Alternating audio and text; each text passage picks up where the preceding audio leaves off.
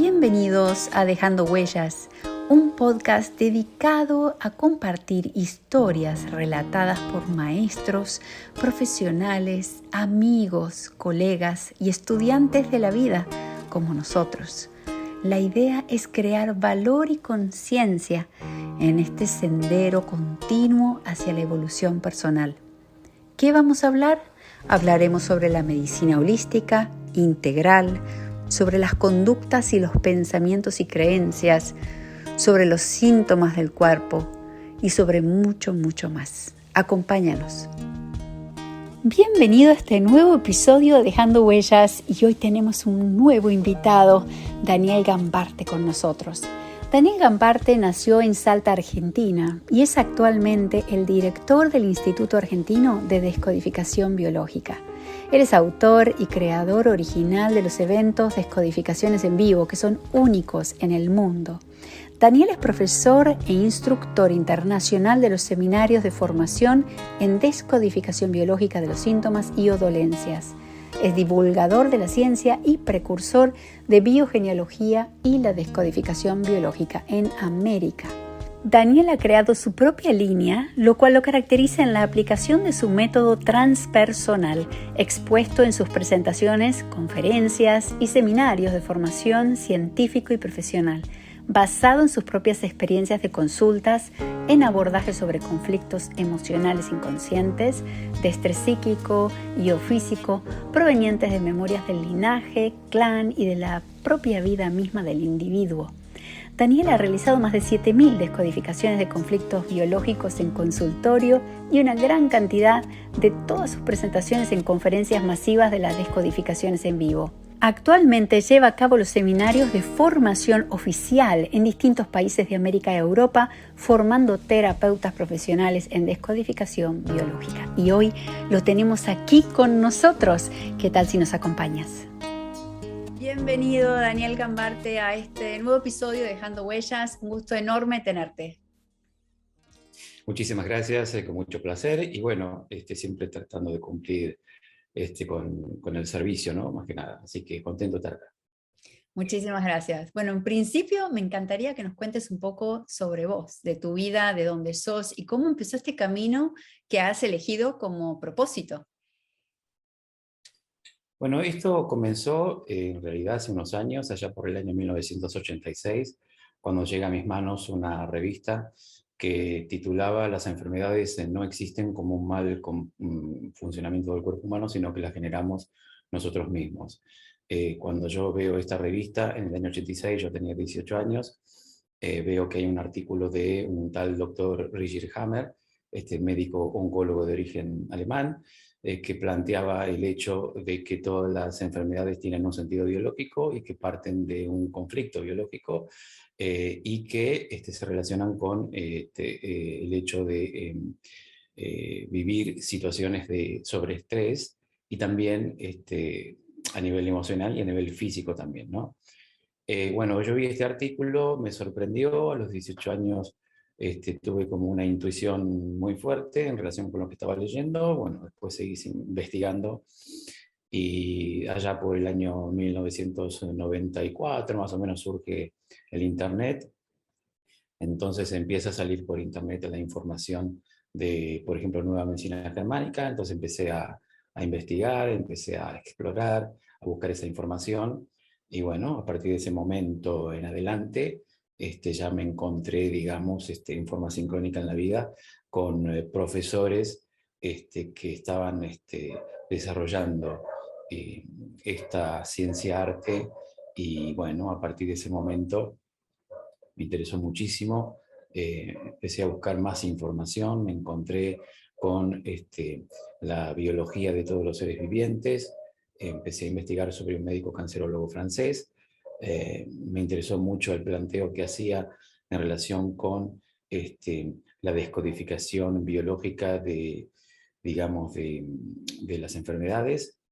Bueno, después esto me llevó a viajar a Francia, estuve en Francia viviendo un tiempo, y bueno, ahí ya empecé a tomar diferentes cursos de diferentes metodologías, podríamos decir, incluyendo también la descodificación biológica de los síntomas y dolencias. Bueno, En resumen, pasaron muchas cosas más en ese momento, pero más o menos haciendo un resumen, comencé básicamente en todo lo que estoy haciendo ahora por un artículo que leí de un oncólogo alemán.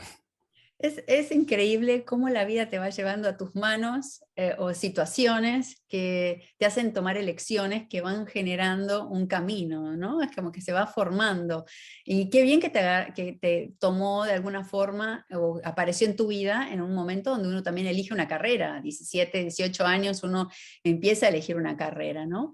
Así que qué lindo que pudiste comenzar por ahí y no hubo, a veces también ocurren momentos en la vida donde ves por lo general las personas que estamos en la salud nos pasan cosas o vemos en la familia cosas y decimos, bueno, vamos a tomar el toro por las astas y vamos a averiguar más, porque no puede ser que esto sea lo único disponible, ¿no?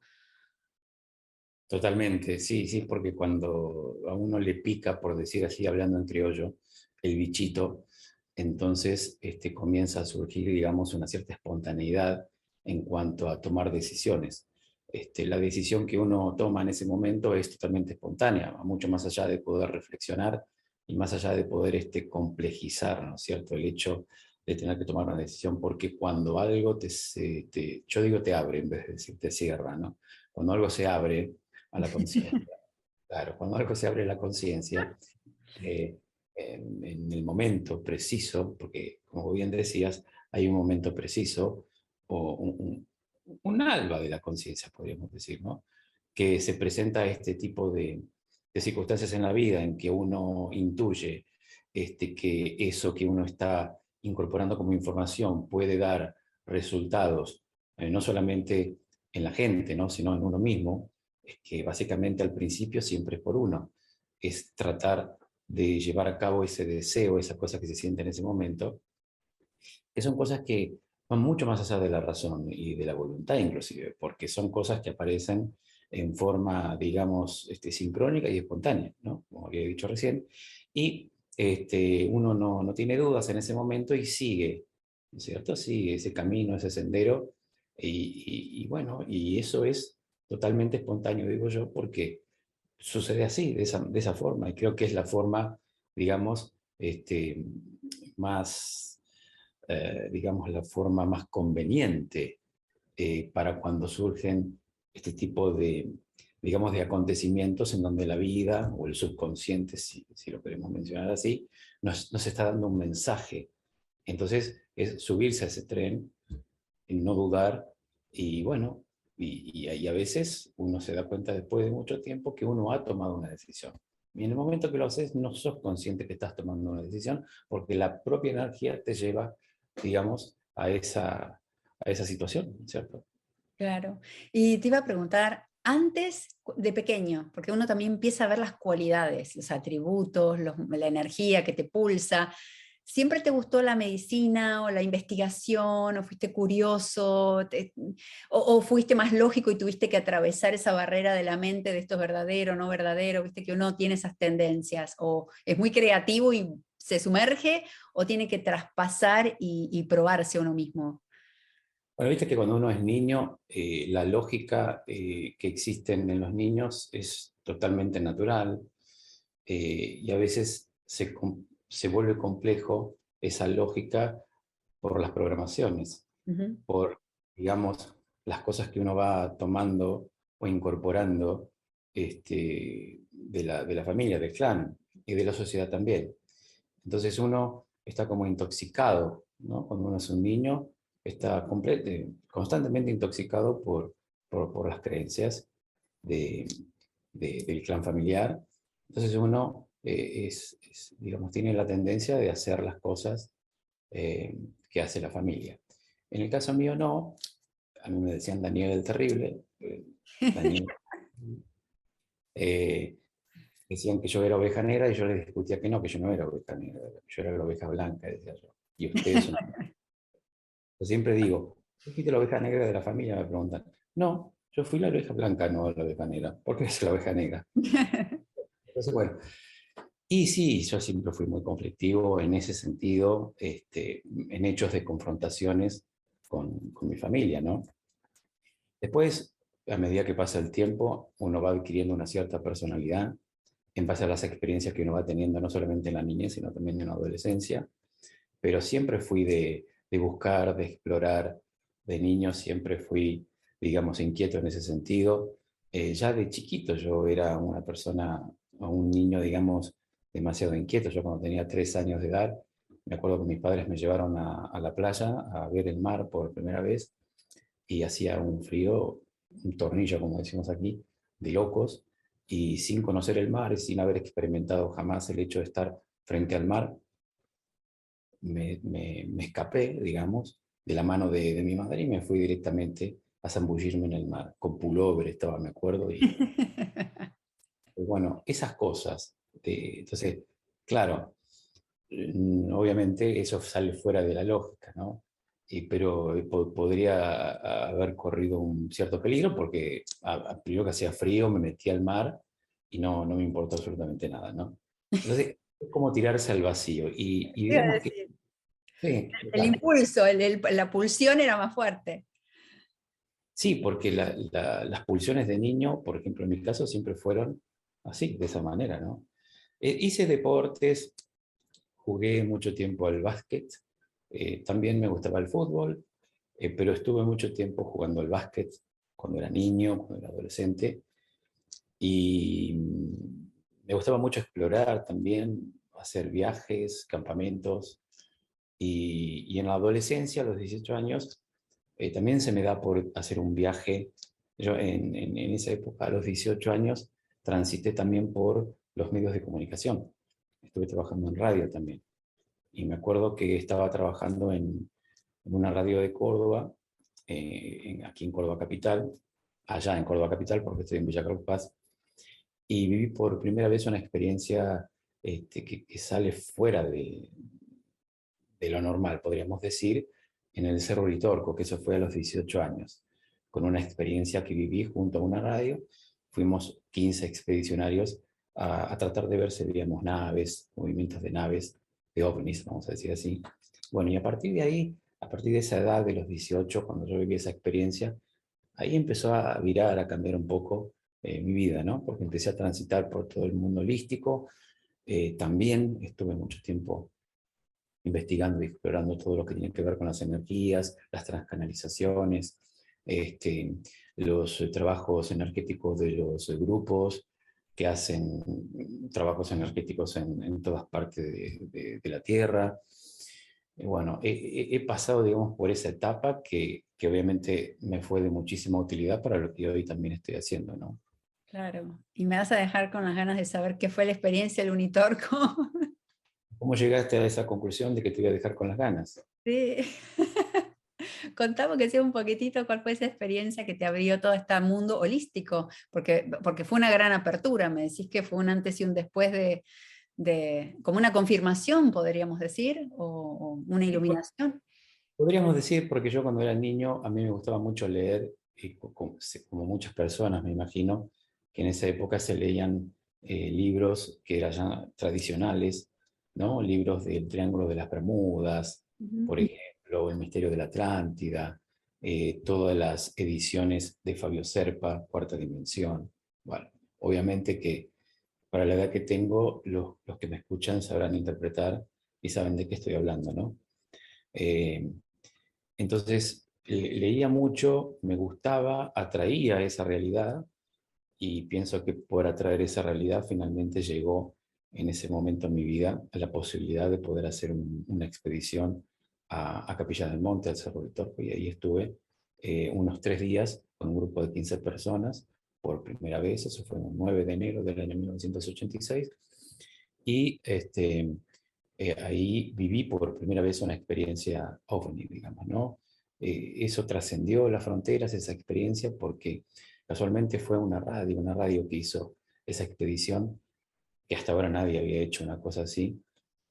Y bueno, estando ahí en la cima del Cerro Torco, que mide 2000 metros de altura, vivimos la experiencia de un avistamiento muy grande, que una nave inmensa, que bueno, yo esto lo he contado muchas veces en medios también, ¿no? Y bueno, y ese fue un shock, fue un impacto muy importante. Eh, que me dejó, digamos, una sensación de, podríamos decir, emocional en primer término, y después me dejó como una cierta apertura, podríamos decir, no me animaría a decir de conciencia, pero sí de, de cambiar un poco la forma de sentir, de vivir, de percibir, por el hecho de estar en contacto probablemente con algo que iba mucho más allá de mi entendimiento en ese momento. Pero a partir de ahí yo empiezo a investigar sobre este tema, y bueno, ahí fui conociendo un poco más diferentes tipologías, ¿no es cierto?, que se presentaban con diferentes personas que se dedicaban a eso, expertos, omniólogos. Bueno, estuve mucho tiempo en ese tema, y después viví otras experiencias más, pero esa fue, digamos, determinante para mi vida. Se escribieron libros inclusive de esa expedición. También me ha convocado en su momento JJ Benítez, que es un escritor español, que se ha comunicado conmigo, me ha enviado mails y quería también entrevistarme para preguntarme sobre esa expedición, para él poder incorporar en su libro también esa experiencia. Y bueno, medios de comunicación que viajaron a Córdoba, Capilla del Monte, Argentina, de todas las latitudes, porque no podían creer que una radio, digamos así, chiquita, como era en ese momento el EB2 de Córdoba, diera una primicia a nivel mundial. Incluso salió en todos los diarios, todas las revistas, viajaron inclusive expertos, omniólogos que vinieron de diferentes lugares del mundo. También un poco de circo vinieron a ser los representantes de NASA. En ese momento mostraban toda su tecnología. Hoy sabemos que es una farsa la NASA, pero bueno, no podían faltar. Y eso realmente fue algo determinante en mi vida, que marcó un antes y un después. Más allá de si fuera verdad o no que estábamos en presencia de algo superior. Si yo lo sentía así, entonces para mí o para mi subconsciente no había dudas. Después fue el hecho de corroborar, confirmar que uno eso lo va haciendo después de la experiencia, ¿no? Claro, claro. Me encanta porque esos son los momentos bisagra, digo, ¿no? En la vida de uno. Y hay muchos que van ocurriendo. Y a veces son sutiles, pero cambian completamente. Es como que se cayera el telón. Es como que de golpe decís, ¿y todo esto dónde está? ¿No? Y es súper apasionante. Y ahora para conectarlo con la biodescodificación, ¿cómo ves, más allá de, hay tanta gente enseñando, ¿no?, sobre Hammer, las leyes de Hammer, ¿cuál es tu visión dentro de lo que vos viviste y lo que vos buscás? ¿Cuál es tu búsqueda a través de la biodescodificación? Bueno, yo estuve con profesores de la Nueva Medicina Germánica, tuve la posibilidad de estar y hacer seminarios, cursos también, inclusive con profesores de Klaus Sabat. Por eso estuve en Francia un tiempo viviendo, dedicándome exclusivamente a eso. Pero lo que a mí me dio la experiencia de conocer, digamos, los patrones conflictivos biológicos que determinan ciertas enfermedades y o comportamientos fue el hecho de atender las consultas, que esa fue, digamos, como mi escuela principal. Atender, digamos, las sesiones en forma privada al principio, después de eso corroborar una y otra vez que estas leyes, como decía bien Hammer, funcionan al 100% y sin ninguna excepción. Entonces, eso fue lo que determinó prácticamente el hecho de que yo estuviera seguro de lo que estaba haciendo en ese momento y de lo que estaba transmitiendo. Entonces, una vez que había adquirido bastante experiencia en las consultas de descodificación biológica, a partir de ahí empecé a transmitir, digamos, por primera vez esta ciencia-arte. Empecé a colgar, allá por los años 2007, los videos en YouTube, tratando porque grababa las conferencias chiquitas que yo hacía al principio, explicando sobre la nueva medicina germánica, cómo funcionaba el cuadro conflictual de estrés. Me dedicaba a eso, ¿no?, a transmitir la información científica de acuerdo a lo que yo estaba incorporando en ese momento.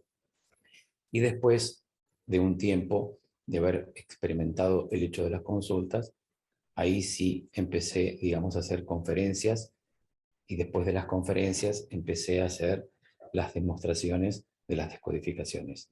Entonces, eso fue, digamos, un poco lo que determinó, ¿no es cierto?, el hecho de que yo decidiera, digamos, exprofeso, ¿no?, hacer esto que estoy haciendo, porque veía que daba resultados, veía que realmente la gente experimentaba sanación, curación, liberaciones. Y bueno, cuando empecé a hacer las descodificaciones en vivo, que eso fue mucho después, que nadie lo hacía en el mundo, empecé, aparte porque tampoco nadie conocía esta ciencia, eh, fuimos muy poquitos en ese momento cuando comenzamos con esto, entonces no, nadie lo conocía. Entonces se empezó a expandir la información y el conocimiento por las conferencias. Y después empezaron los seminarios de formación, que ya ahí, bueno, ahí ya había incursionado, digamos, en un terreno un poco más complicado, podríamos decir, porque ya era el hecho de transmitir mis experiencias de las consultas y de las conferencias y la experiencia de vida también, llevarla a un seminario para explicar, digamos, en forma científica cómo funciona la descodificación biológica y también compartir las experiencias fundamentalmente de mi trabajo, ¿no? Me encanta. ¿Cómo se ve la evolución, el crecimiento, ¿no? La expansión de todo lo que fuiste haciendo en tu vida, el recorrido, la mudanza, vivir en otro lugar, investigar y cómo fuiste conectando todo esto de la energía con esta pulsión y ganas de conocer y la asertividad, ¿no? Integrar a la mente, que eso es algo también que hablo siempre. Veo mucho esto de anulemos los pensamientos, vence esto, borrate los pensamientos negativos, pero en realidad la mente es mucho más de lo que nosotros creemos. Necesitamos integrar y sacar provecho de las virtudes y cualidades que tiene cada parte de nuestro cuerpo para integrarlo todo. Me encanta, a ver, sé que va a ser complejo y te voy a pedir el favor si dentro con tus palabras, ¿podés explicar un poco de qué se tratan estas leyes dentro de la posibilidad? Sé que es muy extenso, muy profundo, pero para que las oyentes, porque esto va a estar en podcast y también en YouTube, pero para que tengan una idea, después vayan a tus videos, porque he visto algunos de tus videos y está bueno porque te da una idea práctica de qué sucede. Pero cuentes un poquito ahora, ¿te parece? Con respecto a las leyes biológicas de Hammer, me decís, ¿no es cierto? Sí. Bien. Él descubrió 5 leyes biológicas. En el año 1981, el doctor Hammer hace un descubrimiento realmente asombroso. Es decir, por medio del análisis y la comparación de miles de escáneres cerebrales, junto con la historia clínica de sus pacientes, el doctor Hammer descubrió que cada enfermedad, desde un simple resfriado hasta un cáncer, es iniciado por un shock emocional de conflicto inesperado.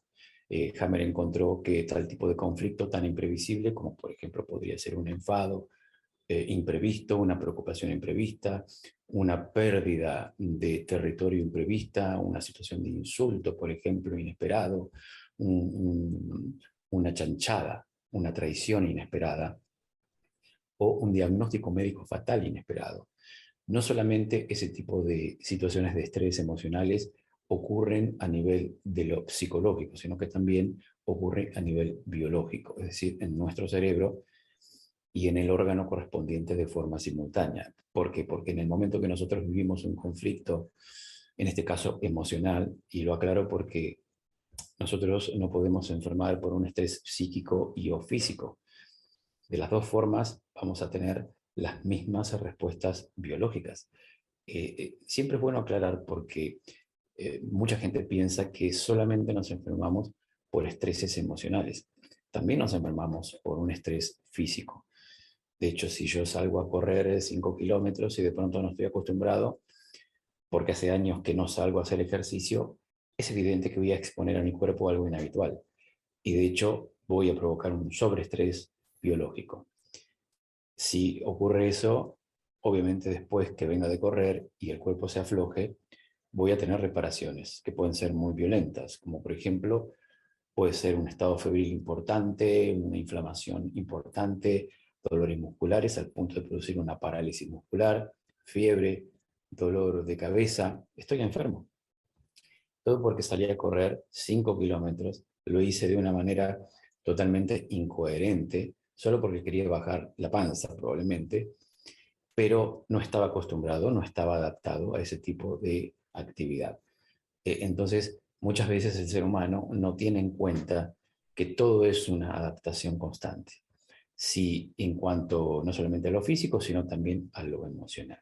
Si yo no estoy acostumbrado a vivir situaciones emocionales, entonces también hay un periodo de adaptación para adaptarme emocionalmente, no solamente a situaciones y acontecimientos, sino también a personas. Por eso a veces conocemos, por ejemplo, ciertas personas que, digamos, de alguna manera, a nivel de nuestras percepciones, sobrepasan, ¿no es cierto?, de alguna manera, ese límite que nosotros tenemos por las experiencias que tiene cada persona. Entonces, no es lo mismo encontrarte con personas que vivan prácticamente las mismas experiencias que la tuya, que encontrarte con personas más experimentadas que probablemente te puedan causar más estrés. Eso porque no estamos acostumbrados a gestionarnos emocionalmente o a tomar conciencia de las capacidades que tenemos. Entonces, siempre es importante, según mi experiencia, tomar conocimientos de nuestras limitaciones que por el momento tenemos. ¿Podemos abrirnos, ¿no es cierto?, a otra forma de vivir y de sentir? Claro que sí.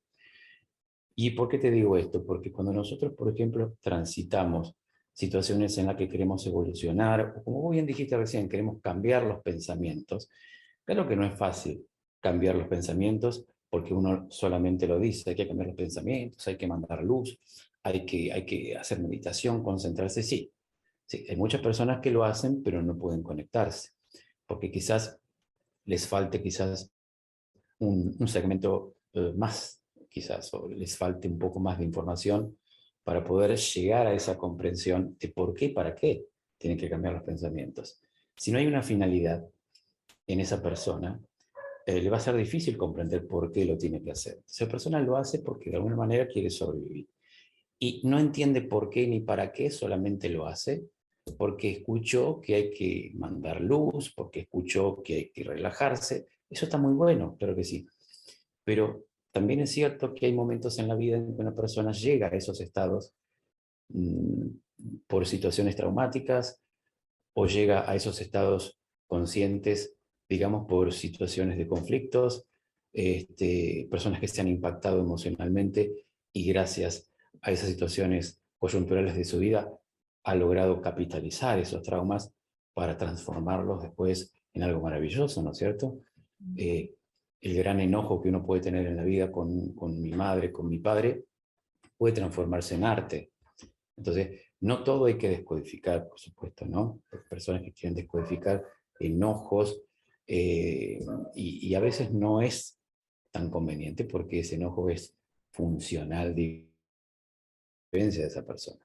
Entonces, muchas personas sobreviven, ganan dinero, están muy bien en la vida, pero gracias a un enojo que tienen a nivel inconsciente. Entonces hay que tener cuidado porque la descodificación es maravillosa, porque uno corrobora, comprende y ve ante sus ojos el cambio, la transformación que hace una persona cuando se ilumina o toma conciencia o hace el clic.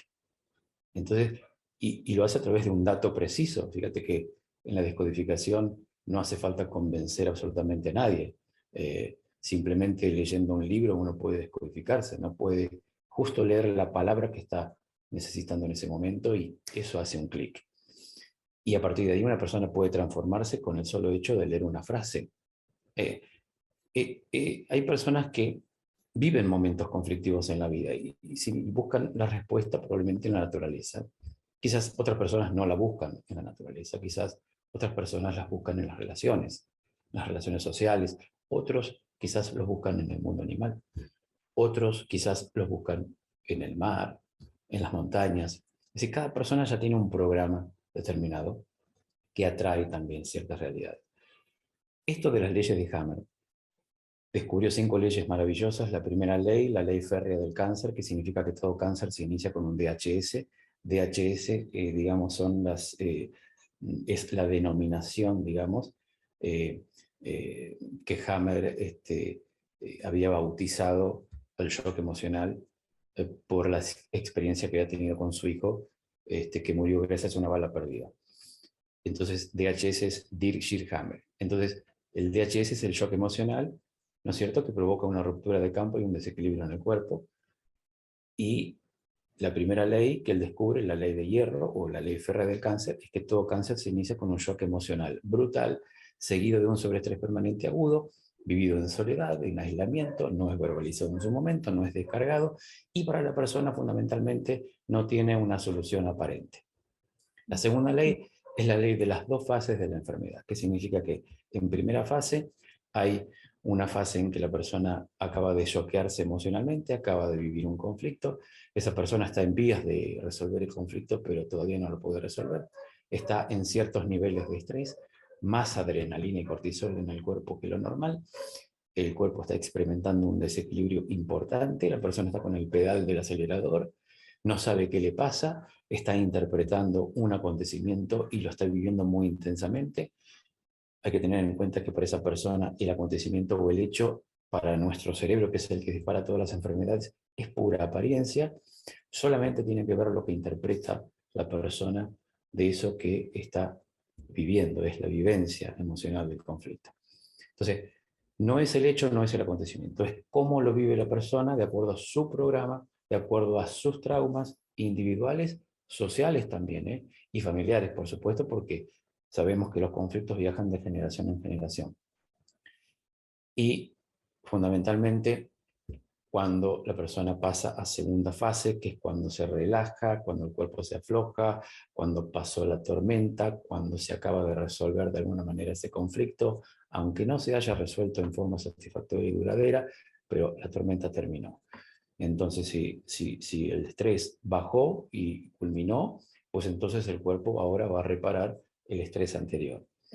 Entonces, esa es la segunda ley, que es la que les explicamos fundamentalmente a los pacientes, clientes eh, que vienen a la consulta o van a los seminarios, que la segunda fase es la más importante que hay que comprender. Primera fase de conflicto activo, segunda fase, que es la fase de recuperación de la energía vital, la fase de autocuración, la fase de inflamación, de dolor, la fase caliente, la fase en que hay una recuperación psíquica, porque en la reparación tenemos la parte psíquica, orgánica y cerebral.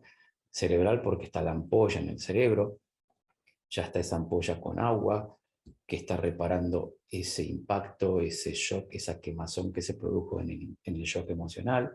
Eso pasa cuando una persona no espera vivir el acontecimiento, es por eso que hay variaciones de estrés en el cuerpo. Entonces, todas las personas vivimos situaciones que no esperábamos, que no esperamos, pero son situaciones que atentan directamente contra la supervivencia nuestra. Porque si la supervivencia no está en jaque, no hay enfermedad. Siempre tiene que haber un hecho de supervivencia.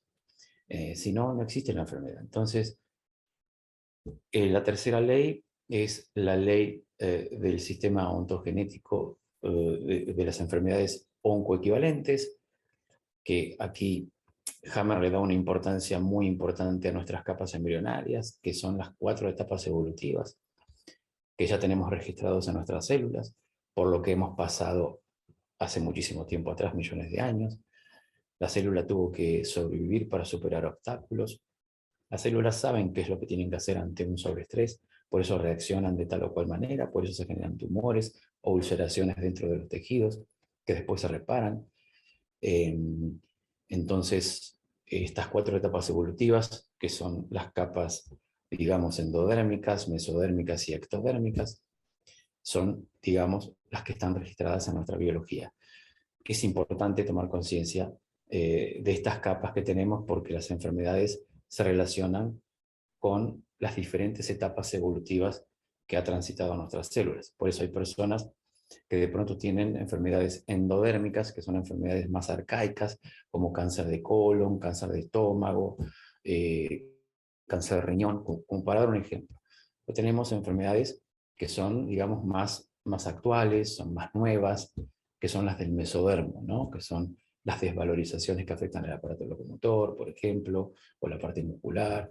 Y después tenemos la capa ectodérmica, que son, digamos, el plano psíquico más reciente de toda la historia del perfeccionamiento de la especie humana, que es nuestra corteza cerebral. Ahí van todas las necesidades de comunicación, Es decir, cuando no está satisfecha esa necesidad de comunicarse, que puede ser contacto, abrazo, comunicación, habla, lenguaje, hay demanda, que es la enfermedad, ¿no es cierto? Que pueden aparecer problemas de la piel o situaciones o digamos patologías que tienen que ver con esa capa, que es todo a nivel, son todos los órganos que se comunican hacia el exterior, ¿no? Los ojos, los oídos, la boca, la piel. Es interesante y movilizador el mundo de la biología cuando uno lo comprende, digamos, de una forma sencilla y uno se da cuenta que, bueno, que todas las enfermedades tienen un sentido biológico de supervivencia, que cuando lo comprende por qué nuestro cerebro es el que dispara las enfermedades y por qué nos adaptamos con la enfermedad a la vida, entonces nos iluminamos. ¿Por qué? Porque nos damos cuenta que la enfermedad no es aleatoria, que no es una maldición, que no es un peligro que acecha, y que para las personas, lamentablemente, hoy por hoy, quieren eliminar como sea la enfermedad de una forma rápida, no comprendiendo, ¿no es cierto?, que la enfermedad muchas veces no solamente nos viene a poner un freno, sino que también nos viene a curar y nos viene a sanar. Me encanta eso que dijiste, me encanta porque verdaderamente tenés esos momentos donde te iba a preguntar, este healing crisis, ¿no? Esta crisis de sanación, es en esa fase 2 que hablaste, ¿no? En la segunda ley. Puede ser eso que, claro, y relacionándolo con esto de que hay algo malo si estoy enfermo, hay algo malo si tengo un síntoma. En realidad estás confirmando que parte de esa enfermedad o ese síntoma es el camino hacia la sanación. Es esa quemadura que molesta, pero necesita generar esas capas de piel para que no me moleste cuando me roce la ropa, por ejemplo. Claro, lo que pasa es que hay un proceso y muchas veces no estamos dispuestos a respetar ese proceso Ujú, precisamente porque creemos que ese proceso es malo, ¿no? ujú, Y eso hace que hagamos otros estreses y se acumulen otras enfermedades para solucionar ese otro conflicto. ujú, Fíjate que el conflicto de diagnóstico, que es el 80 y el 90% la agravación del cuadro conflictual de estrés y por ende de las inflamaciones, es que cuando una persona se impacta emocionalmente porque le dicen que tienen una enfermedad, que puede ser cáncer, o de estas actuales ahora que fogonean los medios de comunicación, es un impacto para la persona de acuerdo a lo que cree de la enfermedad. ujú. Entonces, el 80 y el 90% de ese estrés va a ir al cuerpo, claro que sí. Porque primero tenemos un conflicto original, una enfermedad original, pero si para mí esa enfermedad representa algo malo e insensato y no me deja vivir y me tiene en vilo y estoy en una fase de conflicto activo porque todavía no puedo creer que me hayan dicho que tenga tal o cual enfermedad, eso es otro conflicto biológico. Por eso muchas veces se complica el proceso de la sanación de la enfermedad, porque tenemos un conflicto a resolver, que es el conflicto de diagnóstico, ¿no? Que es el gran negocio en este momento de las farmacéuticas y también de los medios de comunicación. No hay que olvidarse de eso, porque los medios de comunicación viven, ¿no es cierto?, del miedo de las personas. Entonces hay toda una asociación perversa entre los medios de comunicación, no todos, por supuesto, las industrias farmacéuticas, los laboratorios y, por supuesto, una élite que maneja absolutamente todo esto desde hace muchísimos años. Más allá de eso, caemos en la trampa una y otra vez porque ese es el llamador, ¿no es cierto?, que recibe la sociedad a través de estos medios de comunicación desde hace muchos años. Por eso es que, digamos, ¿cómo se dice? Bueno, el efecto nocebo, podríamos decir, está presente desde hace mucho tiempo en los medios que nosotros utilizamos. El efecto nocebo produce, obviamente, estrés y sobreestrés. Por eso, cuando a una persona le tiene mucho miedo a, a, a enterarse que tiene una determinada enfermedad, ya va a fuego lento, ¿no es cierto? De a poco subiendo ese estrés hasta que, obviamente, hace un pico de estrés, eh, pasa el límite psicológico de tolerancia de su conciencia, ese estrés, y automáticamente ya se acumula otra enfermedad. Por eso es importante comprender que cuando aparece una inflamación, un dolor o aparece algún síntoma en el cuerpo, es comprender dónde uno hizo el estrés, dónde lo desencadenó, cuál es la necesidad biológica, qué tipo de enfermedad es, si es endodérmica, si es mesodérmica o ectodérmica. Esto es muy importante porque la persona comprende cuál es su necesidad biológica, cuál es su necesidad insatisfecha, y esto hace que cuando esa persona hace esa relación de datos, baje ese estrés psicológico. Eso es lo que determina o lo que marca la diferencia entre una persona que tiene conocimientos con respecto a esa fase de recuperación, que es difícil para ciertas personas de aceptar, y eso es lo que hace que una persona tenga una ventaja adicional, porque al tomar conciencia sobre qué es lo que está pasando en su cuerpo, es evidente que el proceso de sanación y curación es mucho más rápido, y eso marca la diferencia, ¿no es cierto?, entre personas que lamentablemente todavía, gracias a estos llamadores y estas cosas bueno, que lamentablemente los medios meten en la cabeza a las personas, les resulta muy difícil, ¿no es cierto?, recuperarse muchas veces.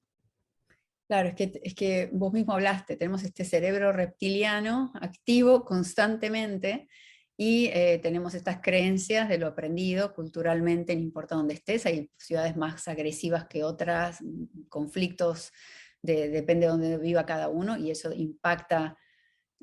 Si viviste en un lugar donde constantemente hay agresión, vas a vivir la vida como una amenaza constantemente. Entonces ese programa ya va a estar y todo lo que leas y escuches va a aumentar esa masa o esa bola de nieve que va a estar sumándole a tu enfermedad, a tu síntoma, lo que sea. Por eso el estrés es tan importante atenderlo. Y hablaste de algo que me interesa muchísimo, enfocar y enfatizar, es dar a conocer que nosotros podemos saber cómo funciona esta inteligencia, que creemos que siempre dependemos de algo externo. Y está bien, de alguna forma, tener a Daniel que te diga, ok, vení, hagamos una consulta y voy a hacer un mapa y mira el mapa, mírate en el mapa, ¿no? Como un espejo, mira qué está pasando acá para abrir un poco los ojos y poder tomar decisiones de tu vida para mejorar tu alimentación o si te vas a vivir a otro lado.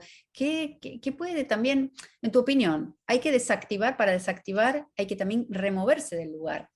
Me parece a mí que hay circunstancias donde hay que salir de ese espacio donde te estás abrumando y alimentando ese síntoma, ¿no? Te Pienso pregunto. que, sí, yo pienso que para curarse hay que saber que uno se puede curar primero, ¿no? Es decir, el conocimiento, la información. Primera etapa.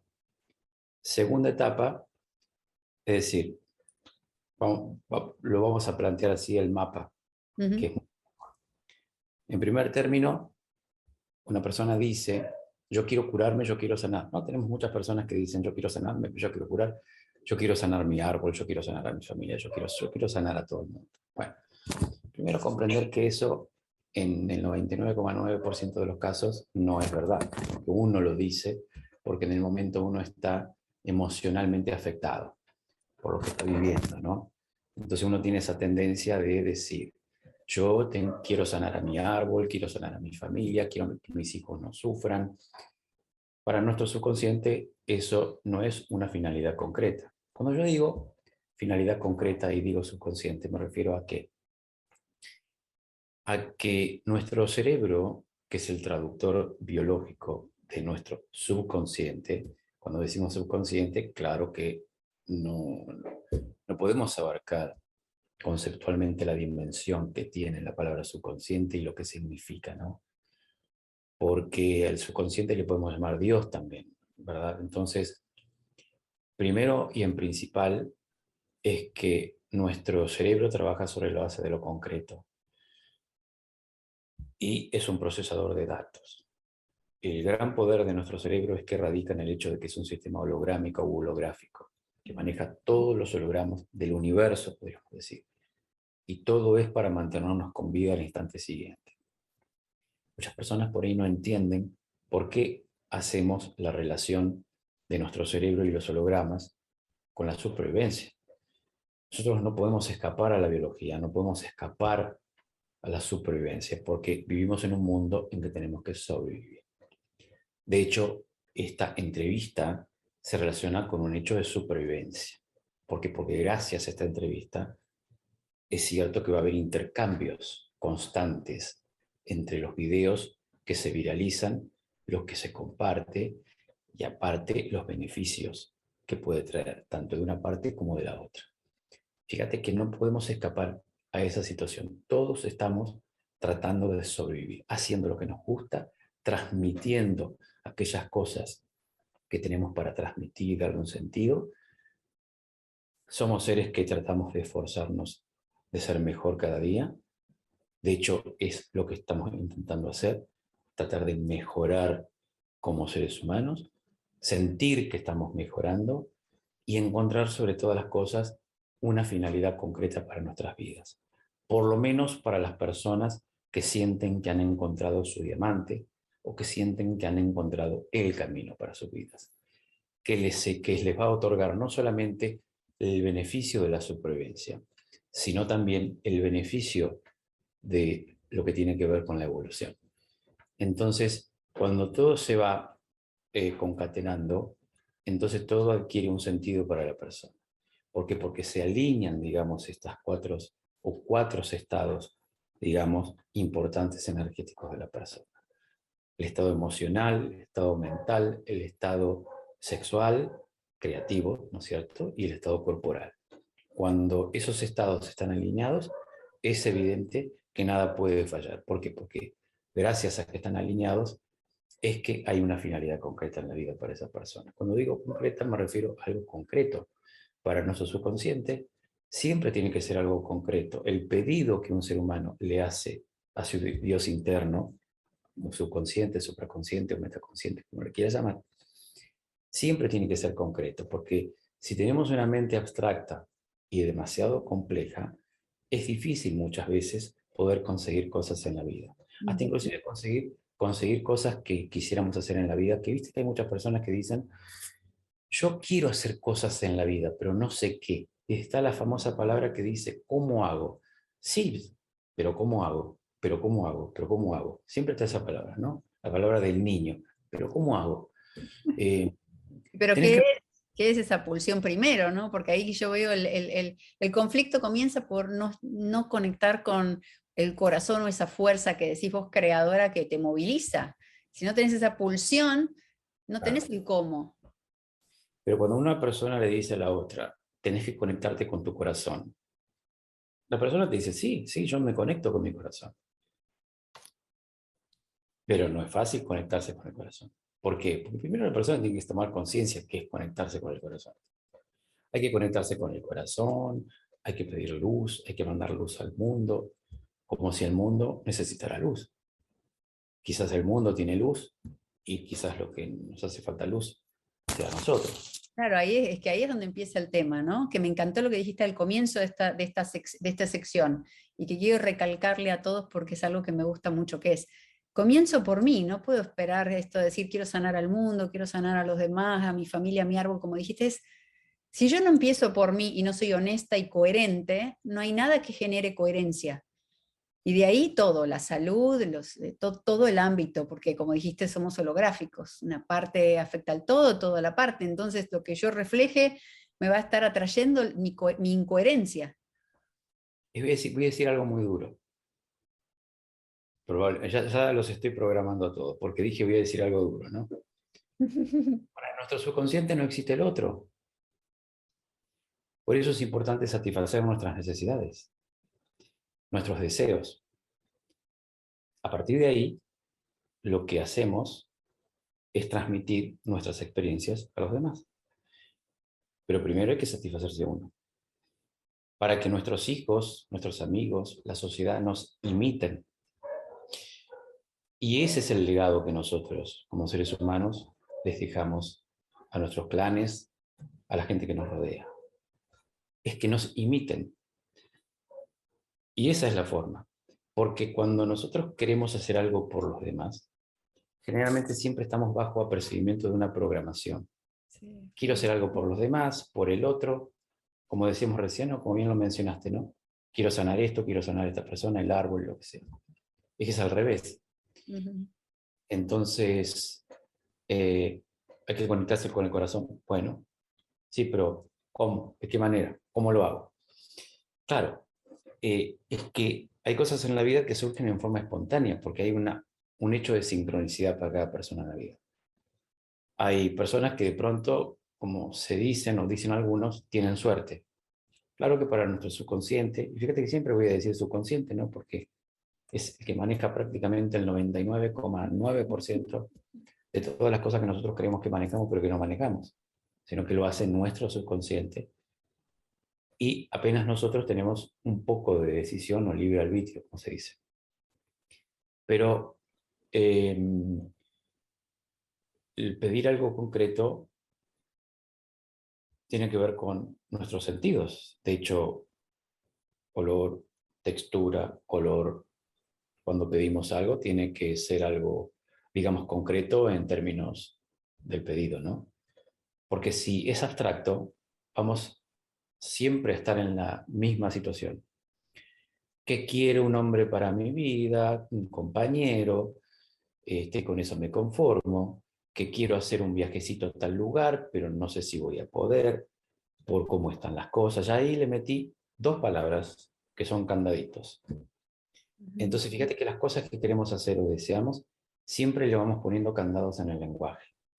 Y eso se va complejizando cada vez más y el pedido, cuando llega a nuestro subconsciente, llega de una forma abstracta, no llega de una forma concreta.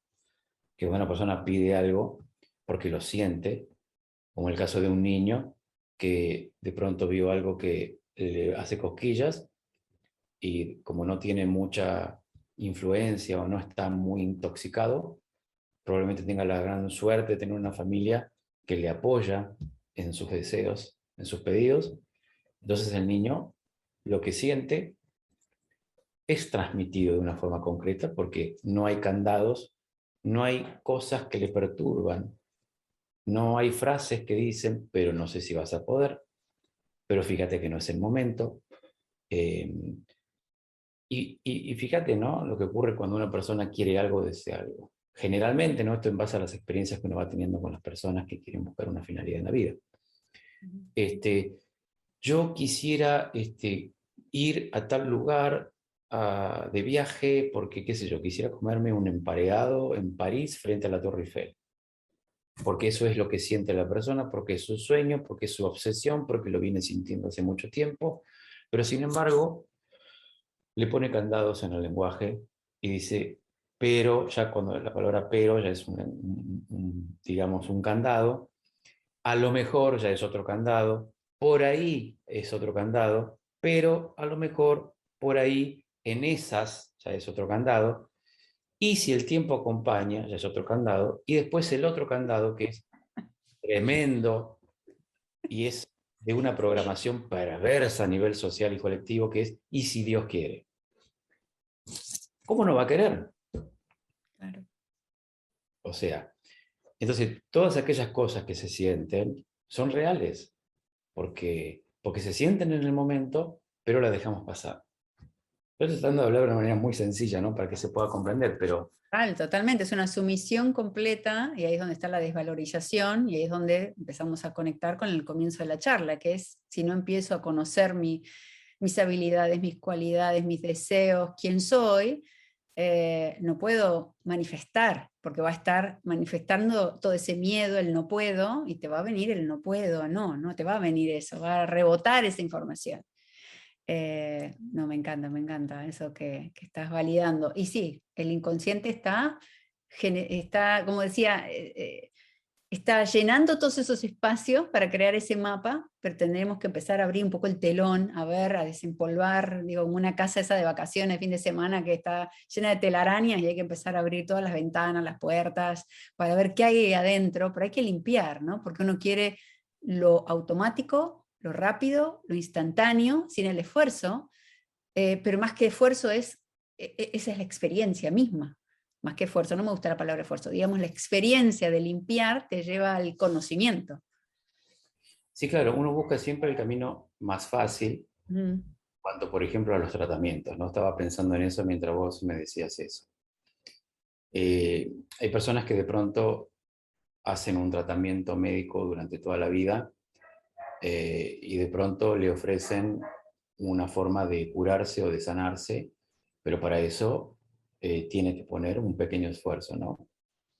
Como esa persona, de acuerdo a su programación, no está preparada para poner demasiada energía en el hecho de querer curarse, saber que se puede curar y aceptar la curación, entonces es mucho más fácil volver al tratamiento anterior, porque si no es rápido, entonces no vale. La persona quiere una solución rápida para su enfermedad, por ejemplo, ¿no? O Claro. para resolver sus conflictos. Entonces, la persona está acostumbrada, digamos, a un cierto tratamiento. De pronto, sabe que ahora tiene que hacer un autocuestionamiento interno, sabe que tiene que tomar ciertas decisiones en la vida que probablemente le va a costar quizás algo de su supervivencia, porque no nos olvidemos que a veces tomar decisiones significa que esté en jaque nuestra supervivencia. Por eso yo siempre digo, ¿no? Que hay 7 necesidades básicas por las cuales nos enfermamos: alimentación, reproducción, defensa del territorio primitivo, valorización, comunicación, identidad y pertenencia.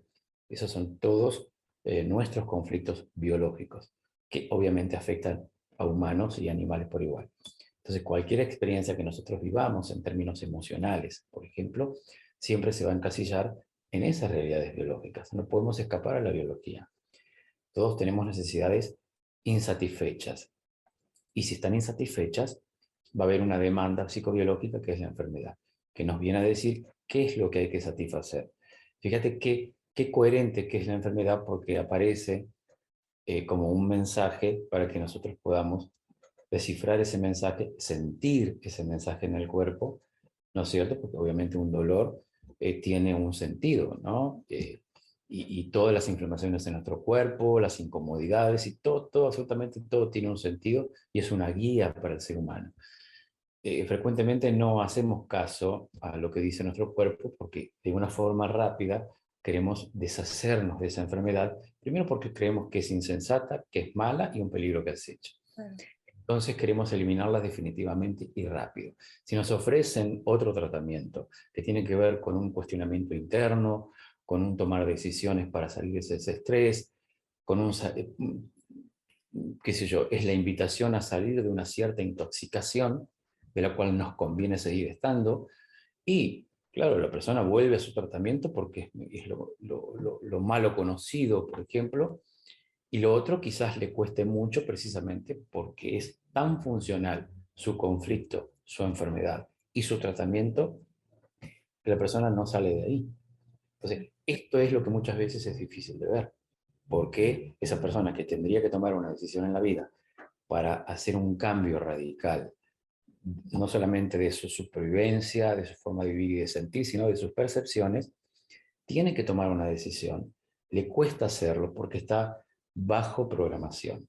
Entonces muchas personas dicen que quieren cambiar, quieren hacer ese cambio, pregunta cómo hacen para hacerlo, y cuando se ofrece, digamos, la propuesta, que puede llevar un tiempo, ¿verdad? Porque es un proceso.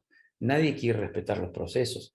Todos quieren cortar con esas inflamaciones, cortar con esa enfermedad o con lo que le está ocurriendo, pero nadie quiere respetar ese proceso, porque por la programación que tenemos de, como bien dijiste hace un ratito, muchos programas de desvalorización hacen que esa persona no tome decisiones en la vida. No hay peor cosa que pedirle a una persona que tiene un programa de base de desvalorización que se ponga en acción.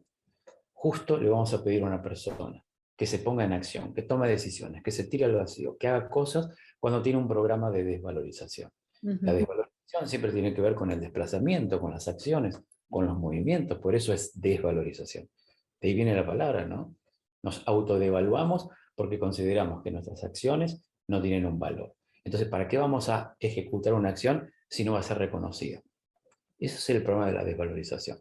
Entonces, hay que ver cuál es el programa que tiene cada quien, ¿no es cierto? Para ver qué tipo de receta se le da a esa persona y si la acepta o no. Entonces, ahí está la evolución. Te digo que esto de la descodificación no es para todos. es para las personas que están preparadas en el momento para poder tomar esas decisiones. Porque fíjate que cuando ingresa un dato a nuestro cerebro, sí, nuestro cerebro desprograma la enfermedad. De hecho, hasta puede resultar algo mágico, ¿no? Uy, mira, me enteré que esta enfermedad que tengo se relaciona con un shock que hice y me di cuenta cómo construí esta emoción y ahora me doy cuenta por qué vivo intensamente estos conflictos y de dónde viene y me doy cuenta que ya lo solté, que ya no es tan importante lo que a mí tanto me preocupaba. Antes sufría por los hombres, antes sufría por las mujeres.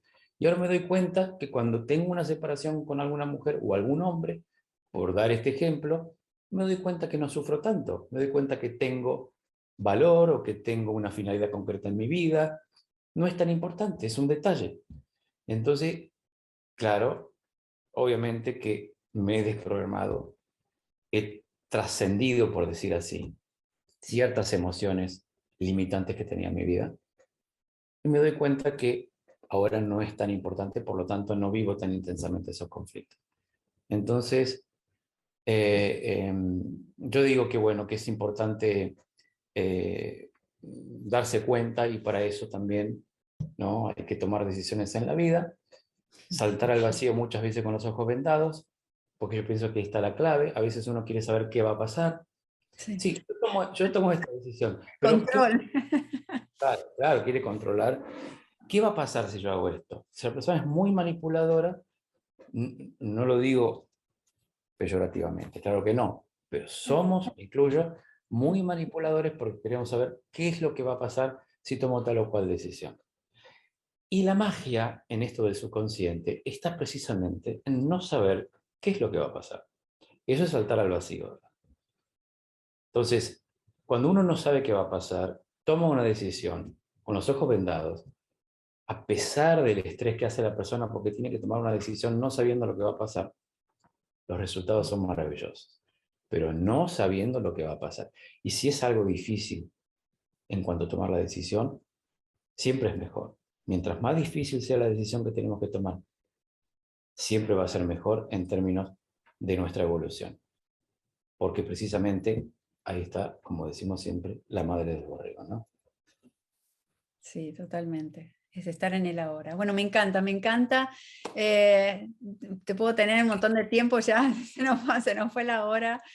Te honro todo el tiempo que nos diste, toda la información. La idea es, espero que todas las personas se nutran de este podcast, de ver tu entrevista y de empezar a preguntarse, de empezar a conocerse. Y bueno, yo voy a poder compartir todas tus plataformas, los videos de YouTube, tu formación, para todos los que estén interesados en formarse como profesionales o interesados individualmente, a decir qué me está pasando, que no encuentro esa ventana, no sé dónde está ocurriendo esto para tener un poco de visión.